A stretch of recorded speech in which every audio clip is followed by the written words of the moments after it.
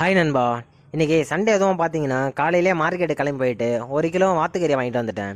வீட்டுக்கு வந்ததுக்கப்புறம் வாத்துக்கறி நல்லா சின்ன சின்ன பீஸாக கட் பண்ணிவிட்டு முடிஞ்ச அளவுக்கு நல்லா வாஷ் பண்ணி எடுத்துக்கிட்டேன். நண்பா, இன்றைக்கி நம்ம சிம்பிளாக வாத்துக்கறி கிரேவி தான் செய்ய போகிறோம். டேஸ்ட்டு சூப்பராக இருக்கும் நண்பா. நீங்களும் ஒரு டைம் வாத்துக்கறி வாங்கிட்டு வந்துருந்தீங்கன்னா இது போல் செஞ்சு சாப்பிட்டு பாருங்கள். நிஜமாக டேஸ்ட் நல்லாயிருக்கும் நண்பா. ஃபஸ்ட்டு ஒரு ஸ்டவ் ஆன் பண்ணி கடாய் எடுத்துக்கோங்க. கடாய் நல்லா ஹீட் ஆனதும் அதில் உங்களுக்கு தேவையான அளவுக்கு எண்ணெய் ஊற்றிக்கோங்க. எண்ணெய் ஓரளவுக்கு சூடானதும் அதை ஒரு ஸ்பூன் அளவுக்கு கடுகு போட்டுக்கோங்க. கடுகு முழுசாக பொரிஞ்சதுக்கப்புறம் ஒரு 2 வெங்காயத்தை கட் பண்ணி சேர்த்துக்கோங்க. வெங்காயத்தை லேசாக வதக்கி எடுத்துக்கோங்க. லேசாக வதங்கினதுக்கப்புறம் இது கூட ஒரு கொத்து அளவுக்கு கருவேப்பிலை சேர்த்து அதையும் நல்லா வதக்கி எடுத்துக்கலாம்.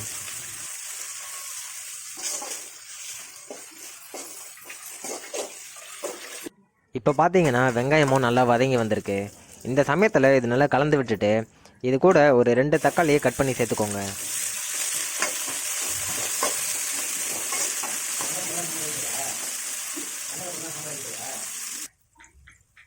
நண்பா, இப்போது தக்காளி நல்லா வதங்கிடுச்சு. இதை நல்லா கலந்து விட்டுக்கோங்க. அடுத்து நம்ம அலசி வச்சுருக்க வாத்துக்கறியையும் இது கூட சேர்த்துக்கோங்க. வாத்துக்கறியை ஆட் பண்ணதுக்கப்புறம் அதை நல்லா கலந்து விட்டுக்கோங்க நண்பா.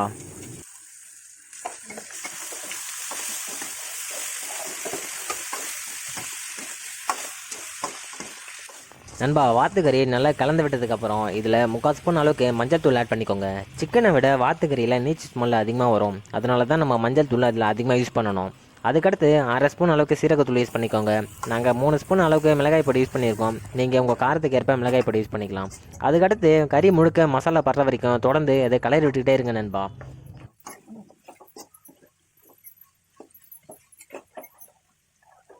நண்பா, கறி நல்லா மிக்ஸ் பண்ணி விட்டதுக்கப்புறம் இதில் 1/4 சொம்பு அளவுக்கு தண்ணி ஊற்றிக்கோங்க. அப்படி இல்லைனாக்கா உங்களுக்கு எந்த அளவு வேணுமோ அதுக்கேற்ற மாதிரி நீங்கள் தண்ணி ஊற்றிக்கலாம் நண்பா.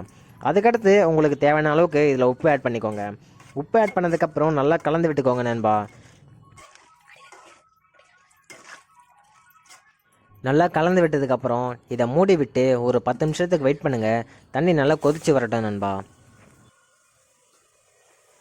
10 நிமிஷத்துக்கு இடையில் ஒரு டைம் இந்த மாதிரி மூடி ஓப்பன் பண்ணி நல்லா கலந்து விட்டுக்கோங்க.